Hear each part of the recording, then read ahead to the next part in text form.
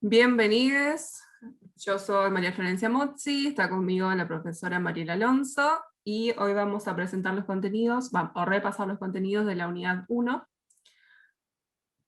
Hola Mariela, ¿cómo estás? ¿Cómo estás, María Florencia? Bien. Buenísimo. Y Hoy tenemos el repaso, decías, para la primera unidad, porque la idea es que destinemos una clase para repasar cada una de las unidades y además vamos a presentar cuando estemos dando la unidad 4 un modelo de examen, ¿verdad? Para que tengan exactamente. más o menos una idea respecto de cómo funciona la evaluación en este primer nivel de comunicación y semiótica. Sí, Para esta primera clase de repaso tenemos los contenidos correspondientes a la unidad 1. La bibliografía la tenés por ahí para decir los autores. sí. Arnold, Casamiglia Blancaflor, Ducrot, Jacobson, Kerma Torrecchioni y Van Dijk, que es de la unidad 4, pero lo utilizamos en esta unidad. Y también nos traemos de la unidad 4 el texto de Bourdieu de mercado lingüístico porque nos resulta interesante para atencionar algunas definiciones. Bueno, Perfecto. entonces lo primero sería ¿en qué orden recomendamos leer la bibliografía? Sí, Lo en qué orden que y decíamos, cómo encaramos el texto. perfecto. Lo que decíamos en encuentros anteriores es que en esta materia que se llama comunicación y semiótica, nuestro gran objeto de estudio es la comunicación, ¿sí? Y la semiótica va a ser una de las herramientas que vamos a utilizar para analizarla. Por ello destinamos la primera unidad a abordar este objeto complejo, este fenómeno que es la comunicación en sí, y lo abordamos desde teorías clásicas que vienen de distintas disciplinas. Podríamos haber elegido otros autores, seguramente, y otros recortes temporales para hacer el abordaje, pero elegimos algunas de las teorías más clásicas del siglo XX porque entendemos que son las que se filtraron de algún modo a otros niveles del sistema educativo y por eso nos encontramos algunos ejercicios en tercer y cuarto grado, por ejemplo, de la escuela primaria, en donde nos piden que armemos el esquema de la comunicación, ¿no?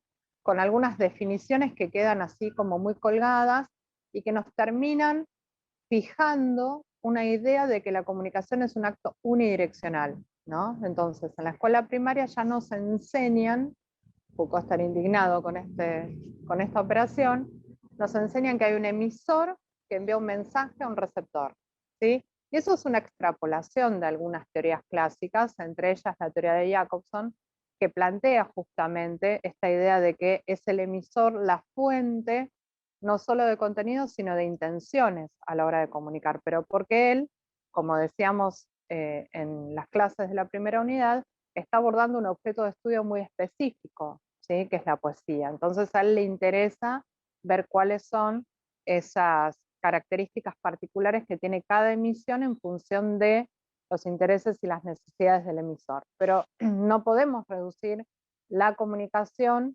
a el modelo que propone Jacobson ni ningún autor en particular. Por eso lo que nosotros hacemos en esta primera unidad, y esperamos que ustedes hagan leyendo la bibliografía de manera directa, es abordar algunos textos clásicos y empezar a cuestionarlos entre sí.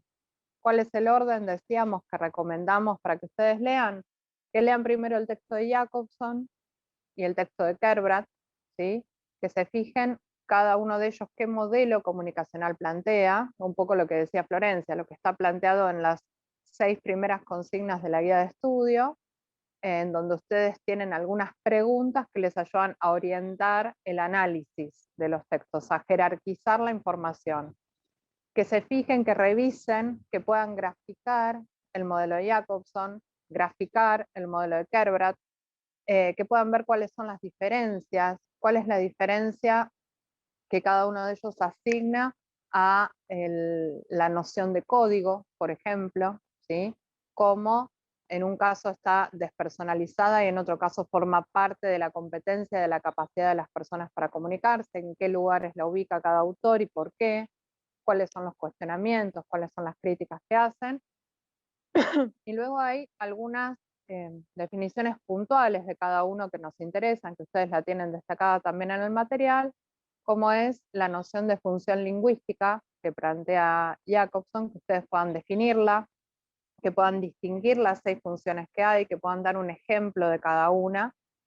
Y del mismo modo, respecto del texto de Kerbrat, que ustedes puedan reconocer qué es la competencia comunicativa, ¿sí? Qué es la capacidad esta para comunicarnos que tenemos las personas, de qué está formada, y ahí es donde les proponemos que traigan el texto de Bourdieu de la unidad 4 para que puedan problematizar esta noción de competencia a través de la noción de adecuación que propone Bourdieu, ¿sí? Cómo funciona la competencia comunicativa, según Kerbrat Orecchioni, en los actos comunicacionales, y de otro modo, cómo funciona la adecuación, porque es importante adecuarse a cada contexto de enunciación, ¿sí? Cuál es el valor que tiene conocer las reglas de cada campo lingüístico, de cada mercado, y hacer un hábito, naturalizar esas reglas, tratando de obtener una cierta plusvalía. Todo esto en términos de Bourdieu, ¿sí? Eso sería una primera parte de las lecturas que corresponden a esta primera unidad. Luego tenemos 2 textos también clásicos, podemos considerar, como son el de Arnoux y el de Ducrot, que nos permiten trabajar la noción de polifonía. Lo que nosotros hicimos con estos primeros textos que mencionamos fue cuestionar estas nociones tan homogéneas, ¿sí? Tan unilaterales, tan cerradas que teníamos de cada uno de los sujetos y cada uno de los elementos que conforman el esquema de la comunicación, y lo que hicimos fue traer teorías que empezaran a problematizarlas críticamente, entre ellas la teoría de Arnoux y la teoría de Ducrot. Arnoux en realidad está citando a Genet. Nosotros dijimos que Arnoux es una profesora de la UBA que en la década del 80 en Buenos Aires incorporó estudios semióticos para poder analizar justamente desde dónde se construye el sentido a la hora de comunicar, ¿sí? No el significado, sino las resonancias que tiene para cada persona aquello que se da en la situación comunicativa. Arnoux lo que hace es retomar las ideas de Genet respecto de intertextualidad, transtextualidad, y ver que en definitiva no hay texto que no sea polifónico, que la condición comunicacional es polifónica en sí misma. Lo que nos interesa es que ustedes puedan rescatar ejemplos de distintas formas, esas 5 categorías, esas distintas 5 formas de interacción polifónica que propone Arnoux en su texto, que ustedes puedan rescatarlas y que puedan dar un ejemplo, que tengan en su cabeza un ejemplo de cada una. Eso nos interesa. Porque lo que nos permite es entender cómo se cuestiona la unicidad de eso que antes llamábamos mensaje, ¿no? Y que a través de este texto empezamos, y ya a través del de Kerbrat también, empezamos a considerar enunciado y empezamos a considerar texto. No mensaje como algo encerrado, algo que depende solo del emisor, sino texto como una unidad de sentido que está relacionada con ese aquí y ahora de cada acto comunicacional en particular, que funciona casi como una actualización permanente de aquello que se ha dicho, ¿sí? Entonces nos interesa que ustedes puedan revisar lo que propone Arnoux, ¿sí? Lo que rescata del texto de Genet, que puedan considerar los distintos ejemplos de vinculaciones polifónicas y que puedan abordar, ¿sí? Dar un ejemplo de cada una en ese sentido, y también que puedan explicar de qué modo la polifonía, esto rescatábamos recién revisando las guías con Florencia, de qué modo la polifonía corre el riesgo de romper la isotopía, ¿sí? El equilibrio natural que hay en cualquier unidad de sentido, en cualquier construcción textual.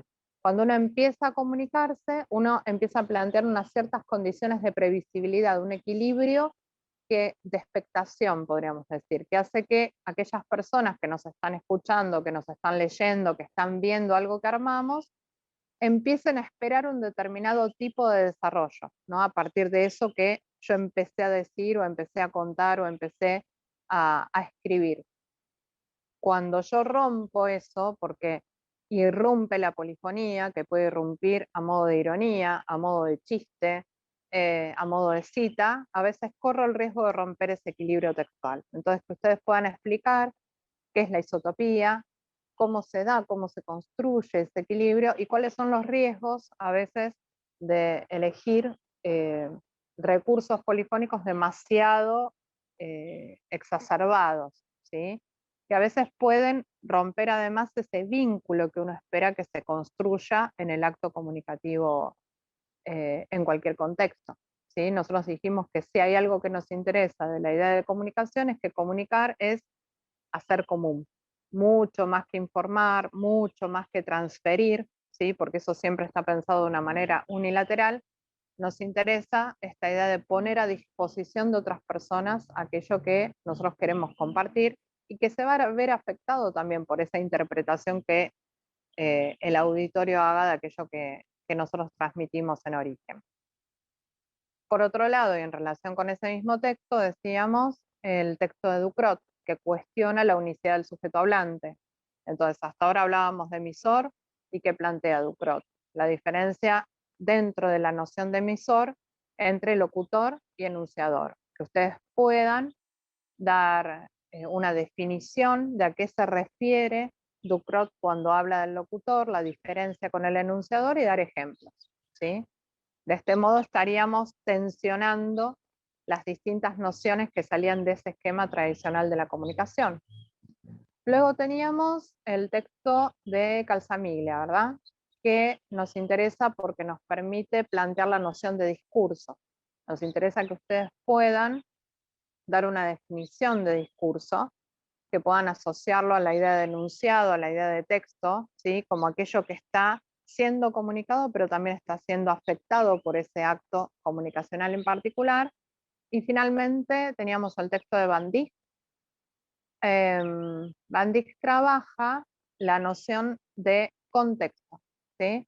Van Dijk, como decía Florencia, es un autor con el que vamos a volver a trabajar en la última unidad de la materia, pero en este primer momento lo que nos interesa en particular es la teoría a través de la cual él plantea que el contexto es la más importante de las dimensiones que hay en el acto comunicacional.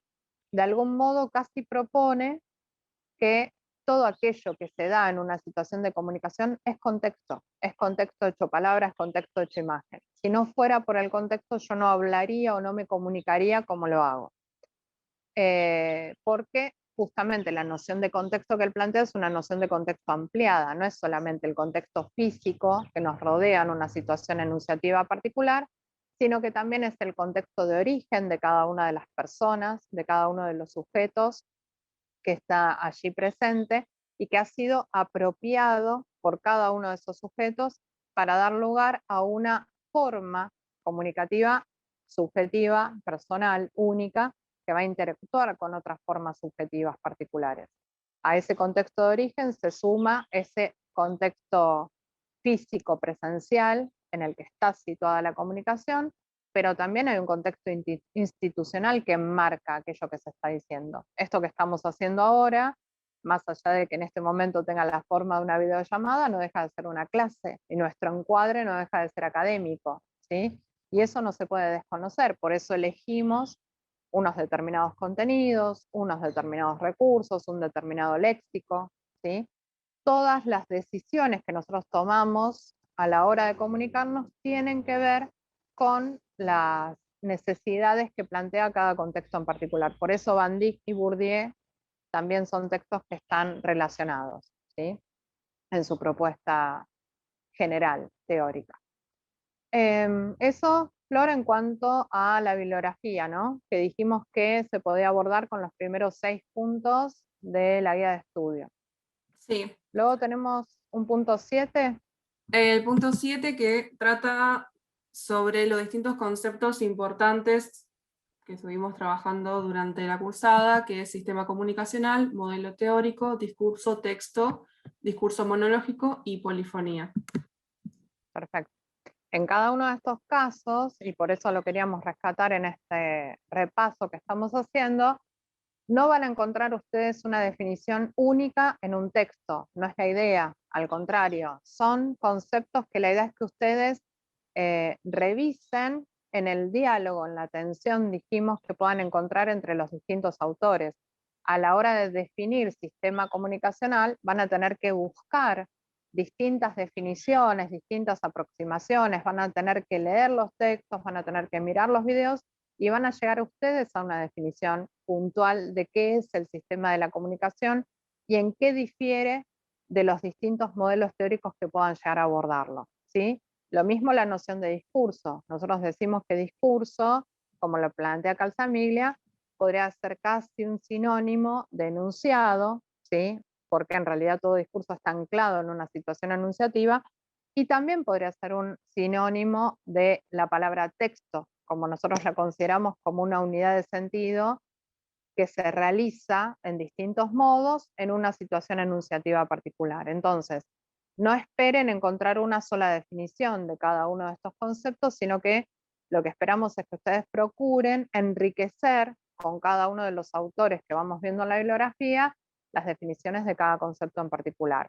Lo mismo ocurre cuando les pedimos que analicen el carácter monológico de la comunicación. Ahí estamos aludiendo directamente al texto de Ducrot, ¿no? A esta condición dialógica, a esto de que si no hay una unicidad en el sujeto hablante, bueno, en definitiva, más allá de que haya una sola persona presente, dando a conocer, compartiendo, enunciando, en realidad hay otras resonancias que vienen con esta idea de que todo aquello que se está diciendo no es original, siempre es una actualización que está poniendo en diálogo, que está poniendo en escena o que está trayendo eh, nociones, ideas, conceptos que seguramente vienen de contextos previos, que también están dejando sus huellas en esta nueva situación, y también están dejando las huellas los autores, ¿sí? Los enunciadores originales, ¿sí? Entonces la idea es que ustedes puedan tomar esos